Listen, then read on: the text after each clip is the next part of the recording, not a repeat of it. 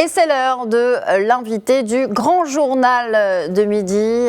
La visite d'Emmanuel Macron est la première qui revêt un caractère officiel. Il s'était déjà rendu à 2 reprises dans le Royaume en juin 2017 dans le cadre d'une visite d'amitié et de travail. Puis en novembre 2018 pour l'inauguration officielle, on s'en souvient, du TGV Tanger-Casablanca.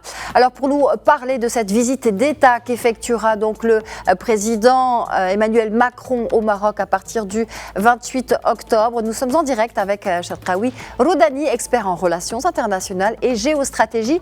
Bonjour et bienvenue à vous.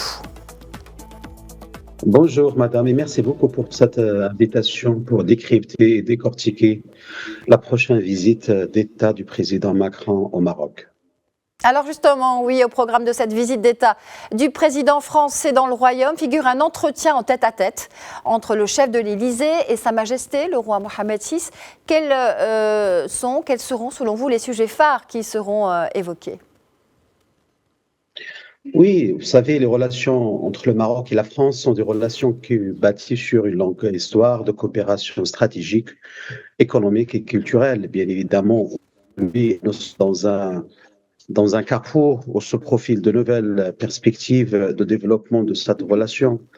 Le Maroc aujourd'hui est une vigie et un bastion dans un monde en ébullition. Une vigie parce qu'il a cette force d'observer, cette force et sa capacité aussi de travailler et d'anticiper les crises. Un bastion parce que dans un monde et dans un environnement géopolitique très difficile, très compliqué, le Maroc a été capable de concevoir cette solidité pour faire être un rempart contre les menaces et les dangers qui prolifèrent dans la région et dans la sous-région. Donc, de fait, aujourd'hui, cette relation elle est appelée à se renforcer. Il y a plusieurs dossiers, bien évidemment.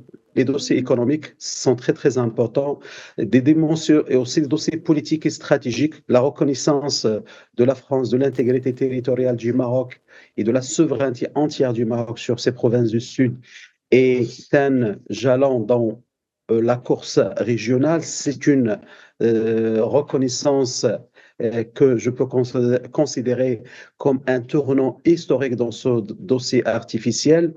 Et aussi, donc, il y a des questions aussi de dimension stratégique.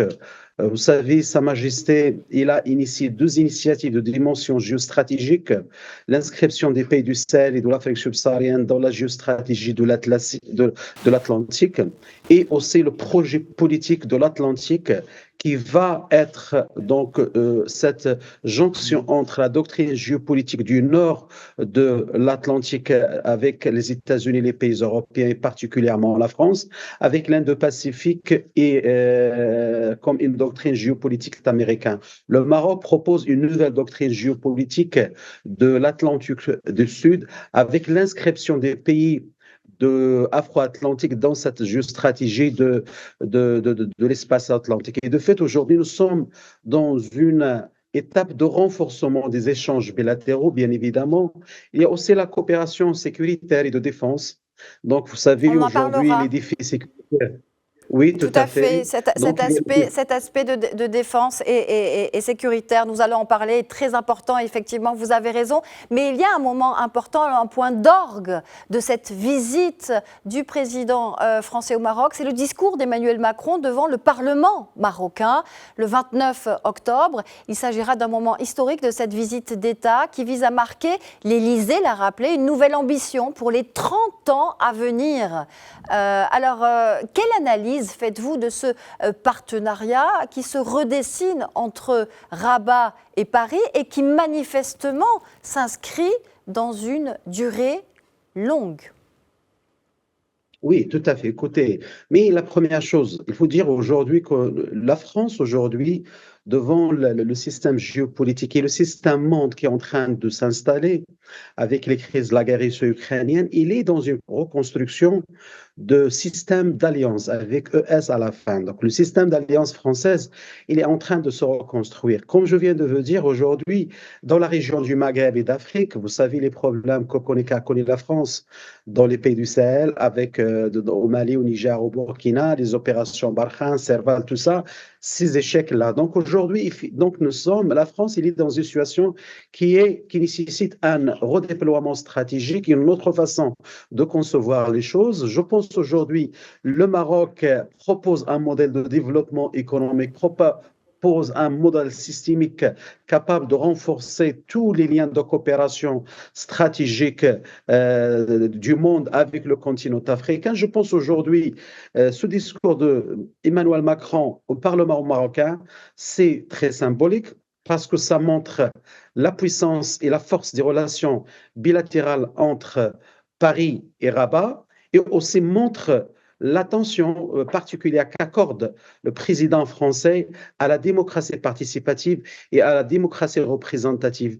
Parce qu'il va parler donc dans le Parlement, donc c'est le symbole de la démocratie marocaine, c'est le symbole aussi de la démocratie représentative. Donc je pense aujourd'hui, parmi les choses que j'imagine qu'il faut essayer de discuter, donc je pense c'est le système économique, le système de développement économique, l'écosystème de développement économique français avec l'écosystème de développement économique marocain qui nécessite un couplage pour peaufiner des alliances vraiment stratégiques pour une ambition pour les années ou bien les siècles à venir. Et je pense aujourd'hui, effectivement, dans le contexte Précisément, Monsieur Rodani, vous venez d'évoquer les deux plans de développement de la France et du Maroc. Cette visite d'État donc a aussi pour objectif de parler de ces modèles de développement, notamment le plan Relance France 2030 et le plan du nouveau modèle de développement marocain. Quels seraient les objectifs communs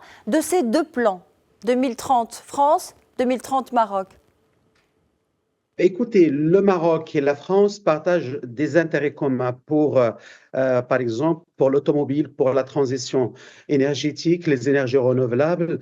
Je pense avec l'expérience du Maroc aujourd'hui en matière de développement de l'énergie solaire, les projets d'investissement, par exemple, dans les infrastructures vertes, pourrait offrir une opportunité de croissance durable donc, et de renforcer cette attractivité des entreprises françaises pour investir au Maroc. Deuxième chose qui est très importante, c'est qu'aujourd'hui, on parle des investissements faramineux des entreprises françaises dans les provinces du Sud. C'est une vision qui s'inscrit dans la stratégie de Sa Majesté qui a amorcé en 2015 le nouveau modèle de développement économique des provinces du Sud avec des investissements avoisinant jusqu'à maintenant à peu près 80 milliards de dirhams. Donc, je pense aujourd'hui, bien évidemment, nous sommes dans une stratégie de coopération et aussi avec une perspective de résoudre certains défis concernant cette compétitivité partagée des entreprises marocaines et des entreprises françaises. Aussi, il y a l'intelligence artificielle, aussi il y a l'aéronautique, l'énergétique. Donc, il y a plusieurs domaines qui sont capables de renforcer cette attractivité des deux pays sur le plan régional, sur le plan continental et sur le plan mondial. N'oublions pas aussi, madame, c'est que, par exemple, toutes les entreprises du CAC 40 sont représentées au Maroc. Il y a à peu près plus de 1000 entreprises françaises sont installées au Maroc. N'oublions pas aussi que la France est le premier investisseur au Maroc et c'est le deuxième fournisseur du Maroc. Et de fait, aujourd'hui, nous sommes dans une perspective des relations Maroc-France qui reste prometteuse avec des possibilités d'approfondissement des liens stratégiques dans l'économie verte, comme je viens de vous dire. La coopération culturelle aussi, c'est très, très important. Et j'imagine que pour capitaliser sur ces opportunités, il y a un appel à un engagement mutuel fort, une adaptation aux enjeux globaux et un soutien à l'innovation qui sont essentiels devant les défis et les enjeux qui planent dans la région et l'international. D'accord. Alors, dans cette perspective de relations qui se renforce entre Rabat et Paris, il y a aussi ce souhait de répondre aux aspirations des nouvelles générations. C'est l'un des objectifs que Paris a dit vouloir atteindre à travers la visite du président français au Maroc. Comment la complémentarité du partenariat entre la France et le Maroc pourrait répondre efficacement à cette question des nouvelles générations? Oui, vous savez, le monde aujourd'hui Par exemple, le Maroc et la France, comme je viens de vous dire, c'est une relation qui a un ancrage historique. N'oublions pas que plus de 200 000 Marocaines et Marocains ont combattu à côté des Français dans la Première Guerre mondiale et la Deuxième Guerre mondiale. Donc, de fait, aujourd'hui, et lorsque Charles de Gaulle appelle Feu Mohamed V comme le compagnon de la libération, ce sont des messages politiques qu'on doit toujours garder dans nos esprits. C'est-à-dire que le Maroc était un pays pionnier dans la souveraineté de la France, dans un moment qui était très difficile, très compliqué pour l'intégrité territoriale française. Aujourd'hui, donc, nous sommes dans un monde qui bouge, nous sommes dans un monde où il y a une mondialisation, il y a donc cette vision d'arriver, de coupler l'aspect culturel et de l'identité de chaque pays, de la renforcer, mais tout en restant ouvert parce que nous sommes dans une mondialisation qui se renforce, dans une mondialisation qui se développe avec d'autres codes, avec d'autres objectifs. Et je pense aujourd'hui, la coopération académique et le développement des programmes d'échange sont des vecteurs d'influence culturelle qui pourraient contribuer également aussi au renforcement des liens diplomatiques, politiques, culturels entre Rabat et Paris. Je pense aujourd'hui, demain, c'est un ensemble de systèmes d'équations qui nécessitent aussi une vision plus stratégique, capable de renforcer de renforcer ces liens ancestrales entre la République française et le Royaume du Maroc. Et je pense aujourd'hui qu'il y a donc une assise historique. Il faut développer ça, il faut essayer de regarder donc cette communion qui rassemble le Maroc avec la France. C'est un pays atlantique, donc l'Atlantique pour nous, c'est un domaine, un espace qui est capable de nous rassembler sur des valeurs communes. C'est pourquoi le Maroc, c'est un pays pionnier dans la francophonie. Comme j'ai dit à maintes reprises dans votre chaîne, la francophonie aujourd'hui n'est plus que la langue française. La francophonie, c'est une vision stratégique, un projet géopolitique qui est capable de rassembler toute la communauté francophone sur des valeurs et des principes et de solidarité. Je pense qu'il faut travailler sur des projets aussi éducatifs innovants parce que nous sommes dans un monde en accélération. Aujourd'hui, on parle de l'intelligence artificielle, on parle de développement durable avec d'autres paramètres, on parle de l'hydrogène bleu, plus de l'hydrogène vert. Donc nous sommes vraiment il faut essayer de renforcer ces talents marocains, français, en les renforçant dans le positionnement des deux nations dans les milieux académiques, scientifiques et aussi dans les nouvelles générations de la technologie parce que le monde de demain, c'est l'intelligence artificielle, c'est l'économie.